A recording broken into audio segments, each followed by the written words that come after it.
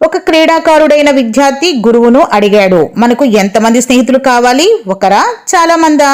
చాలా సులభమైన ప్రశ్నరా ఇది, నీకే తెలుస్తుంది అని క్రీడాకారులను అందరినీ తోటలోనికి తీసుకువెళ్ళి, నాకు ఆ చిటారు కొమ్మన ఉన్న మామిడి పండు కావాలి, తెచ్చి ఇవ్వగలవా అని అడిగాడు. అది చాలా ఎత్తున ఉంది, దాన్ని నేను కోయలేను అన్నాడు విద్యార్థి. అయితే మీ స్నేహితుల సహాయం తీసుకో అన్నాడు గురువుగారు. ఒక స్నేహితుడి భుజాల మీదకి ఎక్కినా సాధ్యం కాలేదు. ఇంకా ఎవరూ లేరా అని అడిగాడు గురువు. స్నేహితులందరూ వచ్చి ఒకరి మీద ఒకరు పిరమిడ్లా నిలబడితే వాళ్ల మీదకి ఎక్కి చిటారు కొమ్మన ఉన్న మామిడి పండు అందుకునే లోపు బ్యాలెన్స్ తప్పి ఒక్కసారిగా కూలిపోయారు. పండు కోయలేకపోయాడు.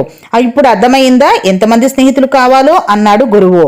అవును సార్, ఒక సమస్యను పరిష్కరించడానికి చాలా మంది స్నేహితులు కావాలి అన్నాడు విద్యార్థి. గురువుగారు అసంతృప్తితో, అవును చాలా మందే కావాలి, కానీ అందులో కనీసం ఒక్కడైనా నిచ్చెన తీసుకొచ్చే ప్రయత్నం చేసేవాడైతే బాగుంటుంది అంటూ